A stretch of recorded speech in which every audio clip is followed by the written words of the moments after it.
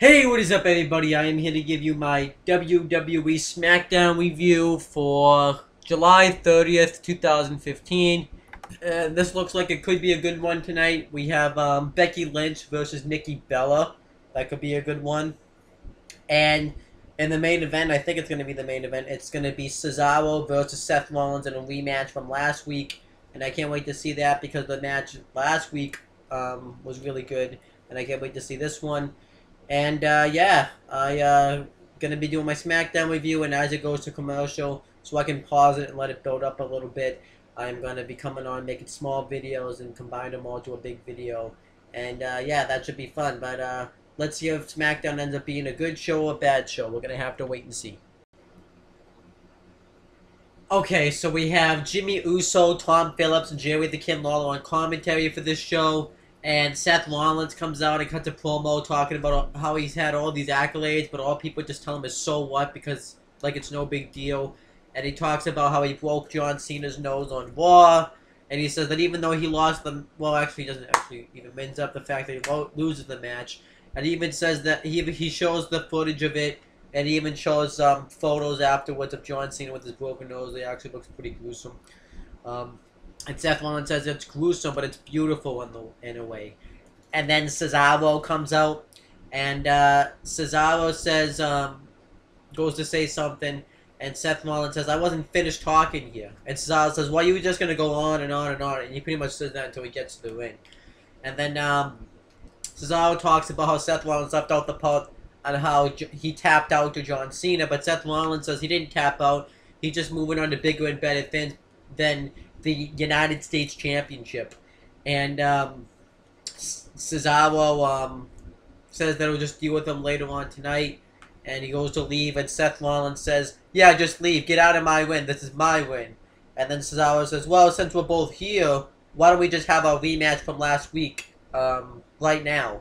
So a referee comes out, they start the match, and Cesaro tries to put Rollins in the sharpshooter, but Rollins escapes. And then Kevin Owens comes out while the match is still going on, and then it went to commercial. I thought this was pretty good stuff. And then afterwards, it shows a funny commercial of the Snapple stuff with the iced tea, and there's a little kid and his father, and you see the Authority, Triple H and Stephanie McMahon out promoting it, talking about how great it is. And the kid says that his father says that he's the Authority, and Triple H looks at him pissed, and the dad says, no, that's Mommy. It was a cheesy commercial, but it was kind of funny, so I just thought it was weird, though. It was like, what the fuck was that? But overall, the opening part of SmackDown's been pretty good so far. Alright, so the match between Cesaro and Seth Rollins is continuing. Kevin Owens is now on commentary for the match, and he actually did a pretty good job. I love it when he goes on commentary and just pretty much calls out all the commentators on the bullshit and tries to intimidate him. I like it when he does that. And this match was pretty good. Cesaro dominates the first half of the match. He keeps trying to put Rollins in the sharpshooter. And then Rollins dominates the match for a while. I forget how he did it, but he did. Cesaro had gone for an uppercut in the corner, but Rollins moved out of the way, and Rollins hit a knee to the spine, which drove Cesaro outside the ring. Then Rollins goes for a dive. Cesaro counters into an uppercut, and then he starts hitting all his moves on Rollins. He goes for the swing, and Kevin Owens gets off commentary, attacks Cesaro, so Cesaro wins by disqualification. And then Rollins and Owens beat down Cesaro, and that was really it. I liked the match, and I liked the attack afterwards. I liked this stuff here. I thought this was actually pretty good stuff. I was a fan of this. I thought the match they had last week was slightly better, but I thought this was nice stuff, and it continues the feud between Kevin Owens and Cesaro, so I was fine with this. Okay, so next we got a tag team match, an 8-man tag team match, actually. It was the Lucha Dragons, which consists of Kalisto and Sin Cara. It was the Lucha Dragons and Los Matadores, which consists of Diego and Fernando. So it was the Lucha Dragons and Los Matadores with El Torito inside versus the Ascension, which consists of Connor and Victor. So the Ascension and Kofi Kingston and Big E with Xavier Woods ringside. And Big E, Kingston, and Woods all make up the New Day. And the New Day were cutting a promo talking about how they the Lucha Dragons and Los Matadores got wins on Raw, and they have a chance to become WWE Tag Team Champions. But tonight, if we get a win, we have a chance to become WWE Tag Team Champions. And they just laugh about the fact about Lucha Dragons and Los Matadores being WWE Tag Team Champions. They pretty much just say that they would be better Tag Team Champions. They talk about all the greatness about each member of the group, Kofi, Xavier, and Big E. The promo I really didn't like. I don't like the New Day. And I forgot to mention that the primetime players, which consist of Dalen Young and Titus O'Neil, were doing commentary for this match, which I like. I like it when they're on commentary. Dalen Young was wearing glasses, and he was taking notes on all the tag teams. And that was pretty funny. And there was a funny spot when they said in this match when they were talking about how the Lucha Dragons and Los Matadores have a better chance of working together as a tag team because they can both speak Spanish. And Tom Phillips said on commentary, that doesn't make any sense because the New Day and the Ascension can both speak English, but they said that the Los Matadores and the Lucha Dragons with them, the New Day and the Ascension wouldn't know what they were saying, and they say that they also speak another language. They just speak in lies. Lies fly all around them. I thought that was a nice line. Those were nice lines right there.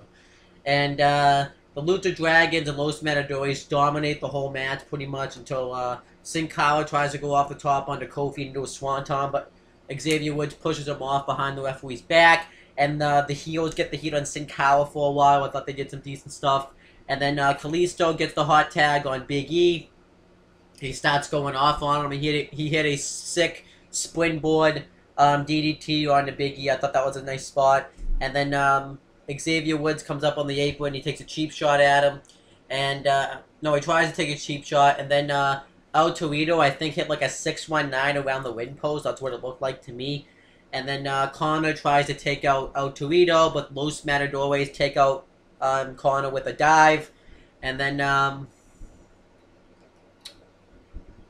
Kofi tried to hit Trouble in Paradise on Sin Cara on Kalisto, but he dumps Kofi outside the ring, and Big E takes out Kalisto. He's going to put an end to him with a big ending, and he's about to tag in Kofi, but instead Victor tags himself in, and there's some dissension starts to happen, and Kalisto beats Victor with the roll-up. I was really happy the Lucha Dragons and Los Matadores went over because I like those teams better. I like the Ascension. They've been misutilized a ton of times, but, you know. I was happy they went over. And I thought this was a fun 8-man tag team match. I thought it was a lot of fun. And then Rich Brennan catches up with Kevin Owens.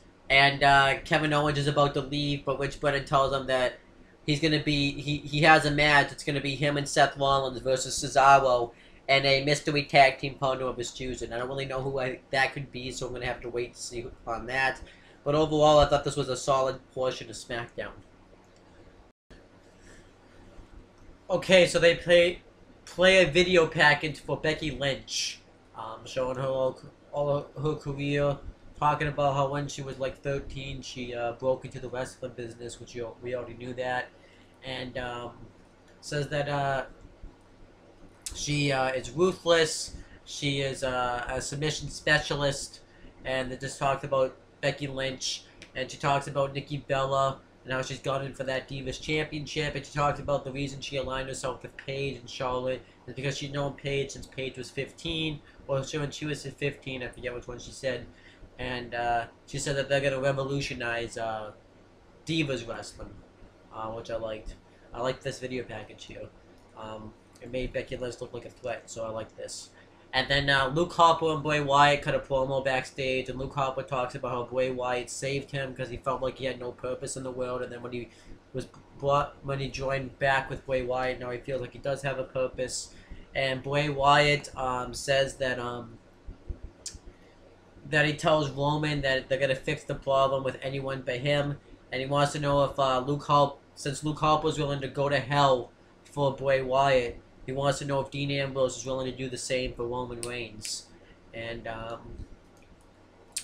he also says that you might end up bringing the devil to your backyard, and you might end up liking it. And that's about it. I thought this was actually really good stuff. The promo with Wyatt and Harper was good. and the video package was pretty good itself. So this was pretty solid stuff on SmackDown.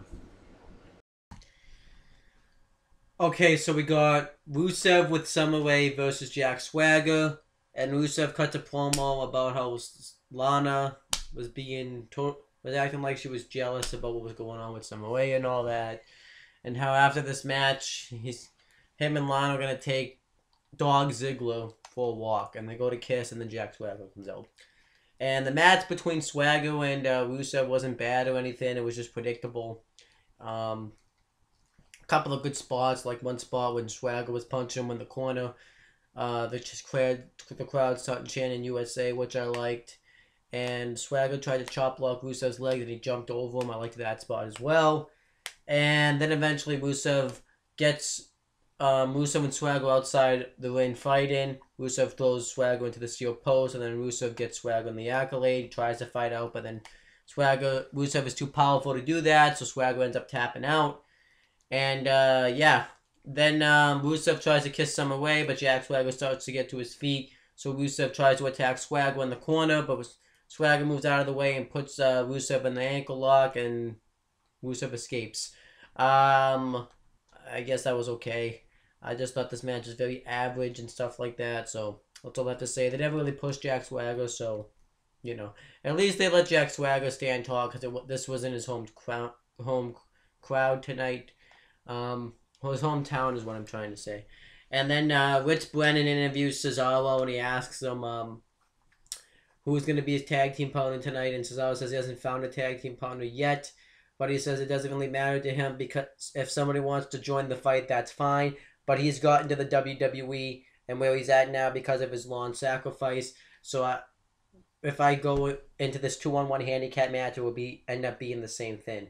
And that was it. So I thought this stuff for SmackDown that was average. I thought the Rusev and Swagger match was average, but the Cesaro promo was pretty good. Okay, so next we got Stardust versus R-Truth, and this was just a basic match here. They did a nice funny spot where Stardust was acting like a freak running the ropes, and he just attacked R-Truth from behind. I like that spot. And Jerry the King Lawler even said on commentary that R-Truth gets confused sometimes. And he said that R-Truth called Jerry the King Lawler asking him for his phone number. I thought that was hilarious. But Stardust wins by hitting Crossroads, which now he's calling the Queen's Crossbow, which I actually like that finisher name. I think that's a pretty cool name. And Stardust wins, and then he gets on the mic and talks about how R-Truth always says that the truth shall set you free, but that doesn't work in outer space. It was some weird promo like that. And he says that he failed, and he tells Neville to be his hero, and he asks where Neville is, and he goes to put like a Stardust mask onto R-Truth, but R-Truth refuses, so he tries to hit the Queen Crossbow on him again, and then Neville runs out, hits a drop kick off the top rope onto Stardust, and then he hits a flip dive on him, and he goes to hit the red arrow on him, but Stardust escapes through the crowd, and that was it. I like the segment here. I thought this was a nice way to advance the Stardust and Neville feud, and yeah, this was a good segment here. The match between Stardust and R-Truth was pretty average, but I thought that was fine as well. Okay, so Shamus gets interviewed, and he says that this thing with Randy Orton isn't over by a long shot. He thought it was over after Battleground, but he tells us that it isn't over by a long shot. And he talks about how when he came to the WWE, he wanted to go after all the underdogs in the WWE, all the little men that get support from the crowd. And then he says that Randy Orton doesn't think he's one of those people, but he is. And he says that it's going to end with Sheamus standing tall and taking him out with the blow kick. And he says that everybody thinks that Sheamus is the bad guy, but Randy Orton says that when Sheamus cashes in his Money in the Bank contract and becomes the brand new WWE World Heavyweight Champion, he said he was going to be waiting for him. So he's just going to take out Randy Orton, so that way that won't happen. And he says that a WWE without Randy Orton is like a dream come true. And then that was it. I thought it was a okay promo at best. Okay, so the main event is Kevin Owens and Seth Rollins versus Cesaro and his mystery tag team partner. And at first we don't think he's going to have one, but then eventually we find out it's Dean Ambrose, which I actually popped for.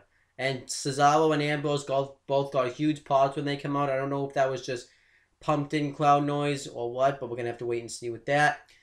And Cesaro and Dean Ambrose, everyone just starts brawling, and then Cesaro and Dean Ambrose kick Seth Rollins' ass for a while.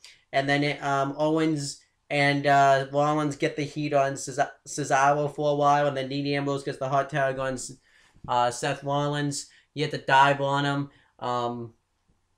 He hit Owens tried to attack him on the apron, but Ambrose takes out his knee, and Ambrose hits a roll up on Seth Rollins. Seth Rollins kicks out of it, and Ambrose plants Rollins down face first on the floor while in the ring, and Seth Rollins kicked out of that, and then Rollins hits a turnbuckle power bomb. And Ambrose kicks out of it. He hits the high knee and super kick, but Ambrose kicked out of that. And then Kevin Owens gets in the ring. He tries to hit a swanton on Ambrose, but Ambrose fights him off. And then eventually Owens hits a reverse superplex off the top turnbuckle on Ambrose. And Cesaro gets the hot tag on Owens. He kicks his ass. And then he goes to... He gets the crossface in on Owens. And Rollins tries to come in and break it up, but Cesaro... catches Rollins. He hits a swing on Rollins, and he hits a sharpshooter on him. And then he clotheslines Owens and himself outside the ring. And then Seth Rollins tries to dive on him, but Ambrose comes in the ring and hits a superplex on Rollins in the ring. And then Ambrose clotheslines Rollins outside the ring. And then Owens super kicks Ambrose. He goes to hit the pump up power bomb, or the pop up power bomb on Ambrose. And Ambrose gets out of it, and Cesaro hits a roll-up on Owens for the win, and Owens and Ambrose win over here. I thought this was an awesome main event. I really enjoyed this tag team match. At first, it started out as like one of those rush tag team matches, but as the match progressed, it ended up delivering. And that was SmackDown this week. To be honest with you, SmackDown was actually a pretty good show this week. This main event made me think it was just an all-right show, but we had this main event. We had the stuff in the beginning with Cesaro and Rollins. And I liked the 8-man tag team match. I thought that was okay. What else did I like on this show? There was something else. We never got Becky Lynch versus Nikki Bella, though. I don't know what happened with that. But I liked the video package of Becky Lynch. Or maybe they didn't have enough time for it or what. But we never got that match. But yeah, I liked that video package. I liked Bray Wyatt and Luke Harper's promo. And that's, I think about it. There was something else. Rusev and Jack Swagger, like I said, wasn't bad. It was just predictable. And the Stardust Neville stuff I thought was good. So SmackDown was actually a pretty good show this week. So that's pretty much it, guys. If you want to subscribe to my non-wrestling YouTube channel, it's called Owen the Talkinator. You can click up there. CM Brothers, where I talk about both wrestling and non-wrestling things. You can click down below. Over here is my friend James the He-Man Hebert has 2 YouTube channels. One is over here. It's called James Hebert Side 95. He makes custom Titantrons of wrestlers. And over here is called Wayne Matthews Wrestling. He is making a tournament filled with 32 superstars for the WYW Championship. And I am going to be one of those superstars in that tournament. And I am going to win that tournament. So that's pretty much it. You can also click down below to subscribe to me. And I'll talk to you guys later.